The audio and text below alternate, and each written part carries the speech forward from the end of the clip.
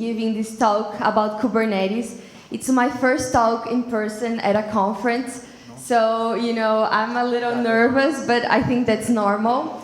And I decided to talk about Kubernetes for my first talk because I'm passionate about it. I'm fascinated about Kubernetes, and I'm sure all of you in the audience also share my fascination because you're here today and not anywhere else, and I appreciate that. So I want to start by introducing myself.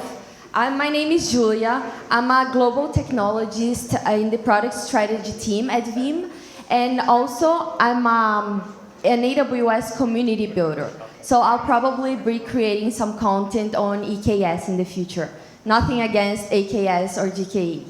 And I also organize a bi-weekly meetup in New York City called New York Code and Coffee. You're all more than welcome to join if you're ever in New York. Now, a warning. This is not a technical talk. I'm sorry to disappoint you if you came here to watch a demo or to learn how to expose an API with Kubernetes or something like that. So for those that came here for that, there are a bunch of amazing speakers that are giving more technical talks throughout today and tomorrow. Just check out the schedule. They're going to be amazing. But today I'm going to share my personal journey in learning Kubernetes, and hopefully I'll be an inspiration for people that want to learn it as well. So why did I decide to learn Kubernetes? This time last year, I was doing a coding bootcamp online called 100 Devs. And while working on some very cool applications with Node, React, I came across this word, Kubernetes. And I was like, what is that word? I wanted to learn more, so I started researching. I couldn't understand anything. Started Googling more, couldn't understand anything. So I probably went the hardest way because I jumped straight into Kubernetes without learning about containers first. But anyways, what helped me was getting involved in the community and asking for help. So I made a lot of friends that encouraged me to keep learning, and I got to delve deeper into DevOps, CI/CD, Docker, and Kubernetes. Probably it only clicked when I was able to run my first Kubernetes locally.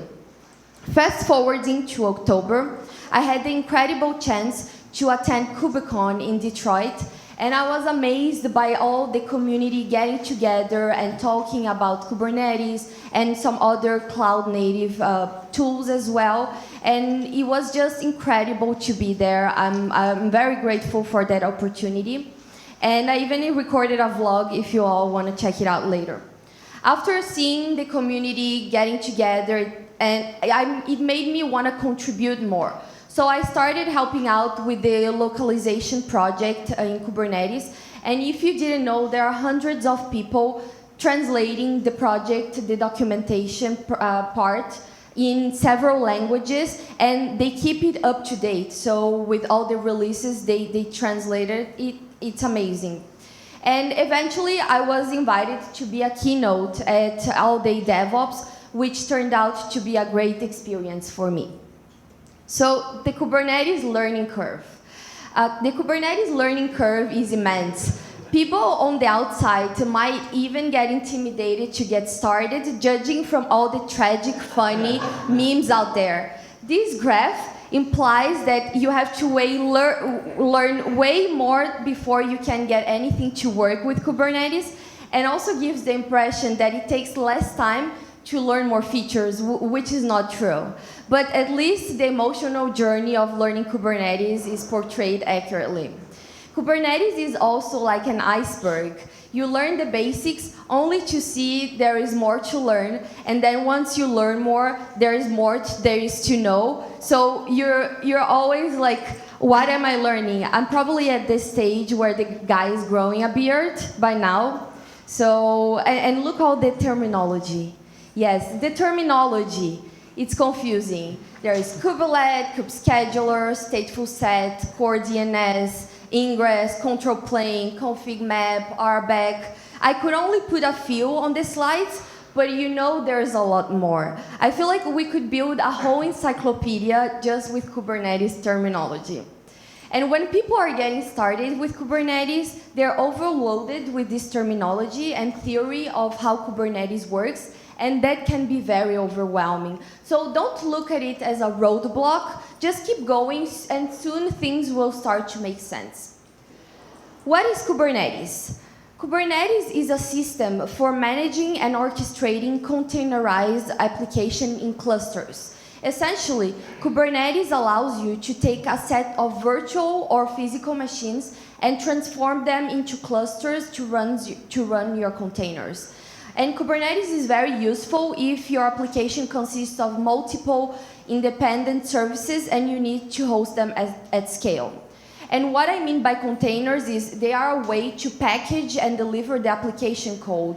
So they simplify the developer's workflow. Otherwise, imagine all the dependencies in the local OS to manage. One caveat before I move forward is Kubernetes is very powerful, but that does not mean that every team and every app should use it. It can solve a lot of problems, but it's only for a certain cases. So if you have a small app that only 10 people use it, Kubernetes might not be the best solution for you. So if you're still confused about Kubernetes, let me help by starting giving you a simple analogy about renting rooms in a house. So imagine you own a house with 9 rooms, and you want to rent out 3 of the rooms.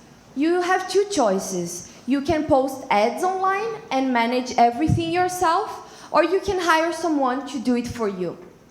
Because you're a busy person, you decide to go with an agency to take care of things, to take care of everything for you. Your contract with the agency states that all time 3 rooms should be available for rent, and the agency can pick the rooms. Each room will have 2 beds. Now, this is important to remember because the bed is the most essential aspect of a rental room, as it's the bare minimum required for a guest to be able to spend a night comfortably. Every time a guest leaves, every time someone vacates, the rooms need to be cleaned. If there are too many bookings requests, like during a holiday season, for instance, then booking availability can increase from 10 to 9. And it's great because you all can make more money. The agency will also provide a special phone number that is meant just for the house. So now, to manage the property, the agency hires employees to take care of your requirements. So when a room is booked, one of the employees ensures that it's in good conditions, it cleans it afterwards, and so on. The agency keeps all the information about employees, rooms, beds, bookings, etc. in a system.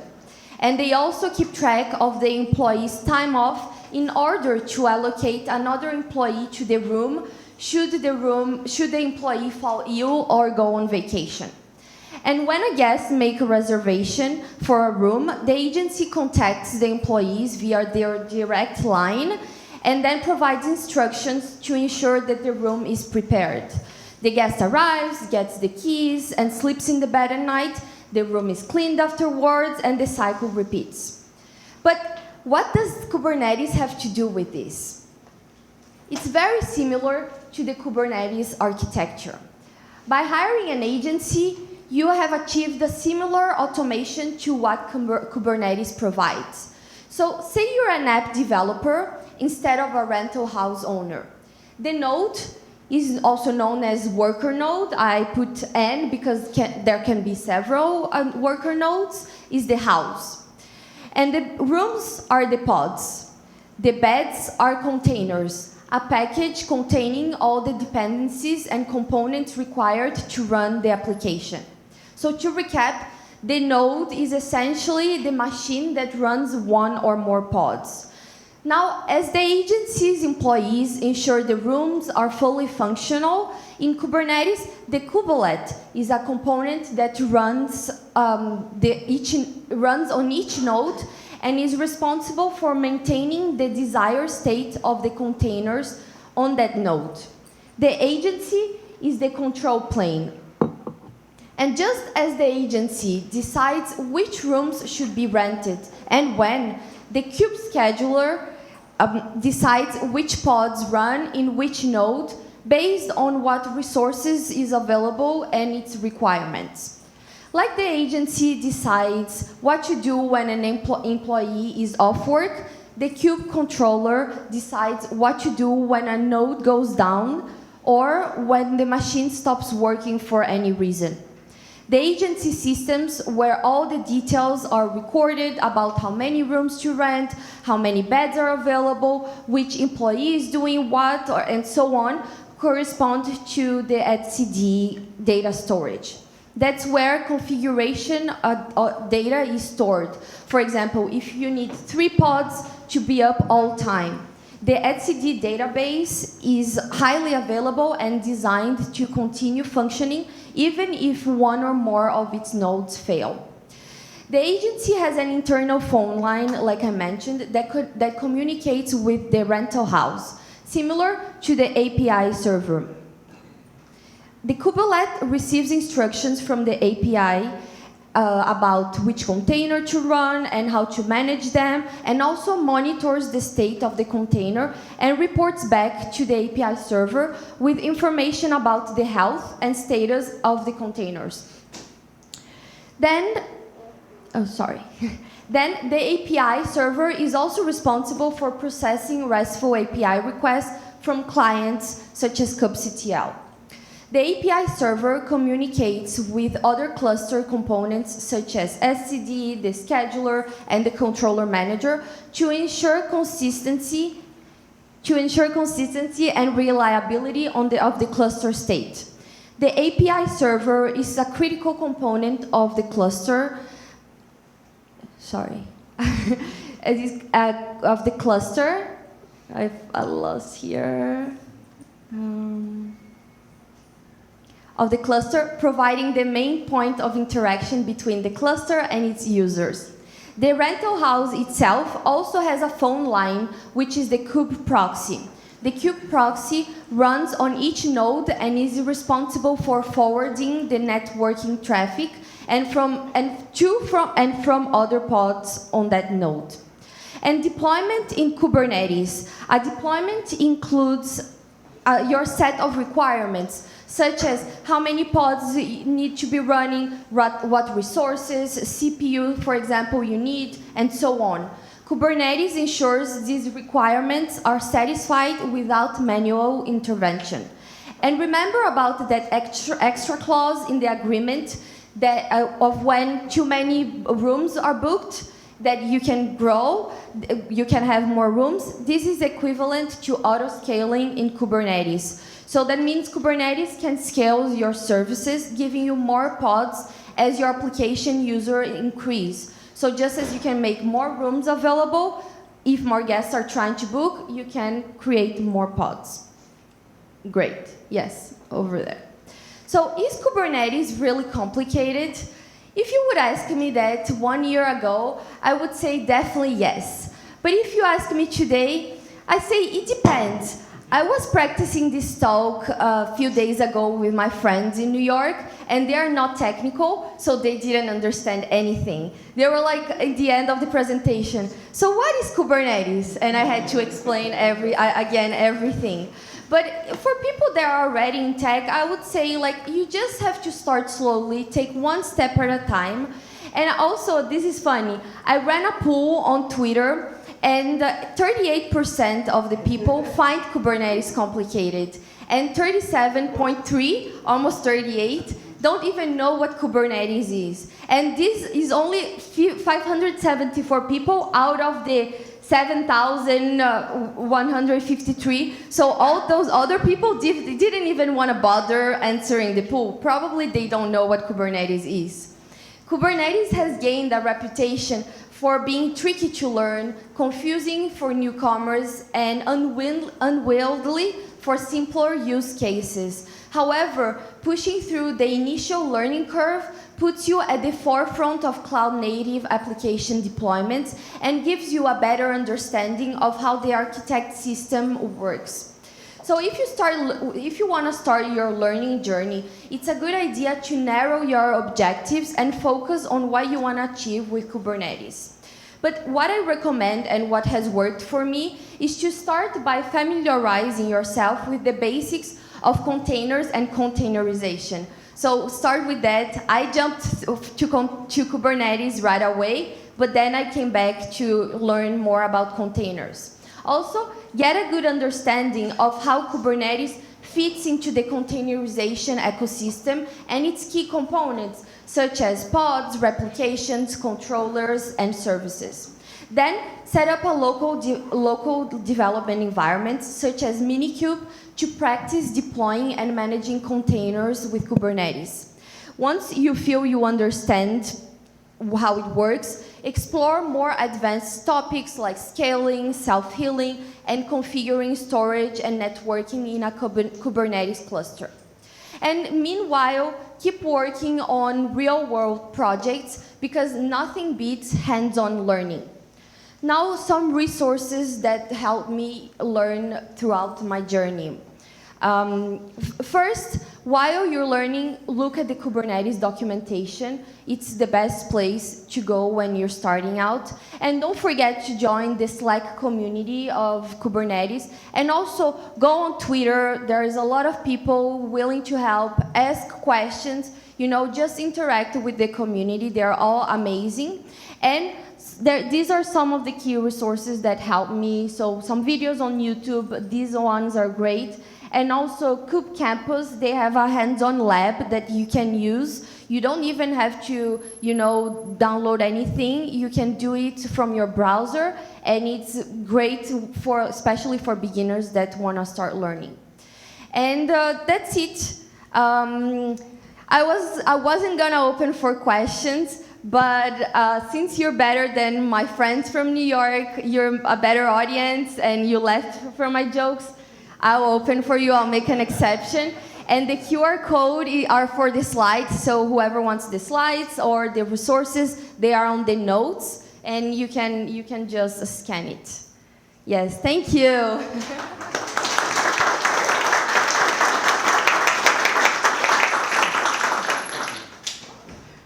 Any questions? No technical, please. One question there. I'm joking, you can ask technical questions. Yeah, so I guess every so often when you're trying to learn something new in Kubernetes, there's always just a new thing going on, like service mesh or some other new technology coming from vendors. Do you have any process to kind of navigate those as well, or just how to when should you do deep dive, or when should that be a fad, or things like that?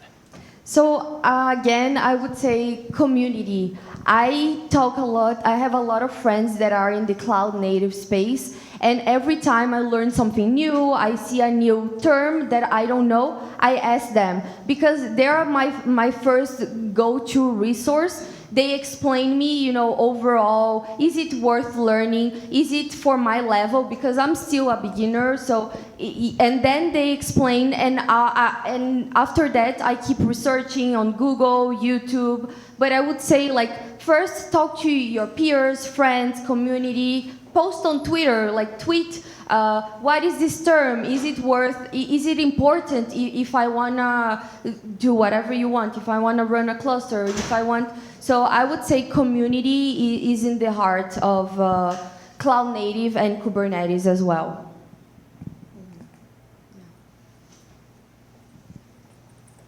I can give him the... Okay, thanks. I really loved your presentation, and you're asking the right question, and I see the more Kubernetes becomes mainstream and more of us devs have to use it, the more we find out it doesn't have the developer experience we need. It's just too low level, low abstraction, so we need something on top of it to work with it. So having a pass on it, or somebody builds something for us, then yes, it makes sense, because I just drop my code and say, here, run it for me.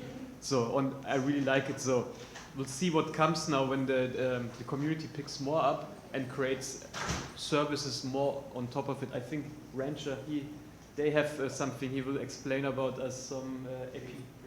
maybe later. Yeah. So thanks again for your session. Good question. Thank you. So what's next on your education journey? Next, probably diving deeper into Kubernetes for sure, and also learning more about AWS since I'm an AWS community builder, and it's gonna be one of my focuses on my job, my new job. So doing that, but Kubernetes is one of my passions, and I'll still be learning. I'll see everyone at KubeCon in Amsterdam if you're going. Yeah, I'll see you there. So, yeah. Any other questions? One here? Yes, thank you.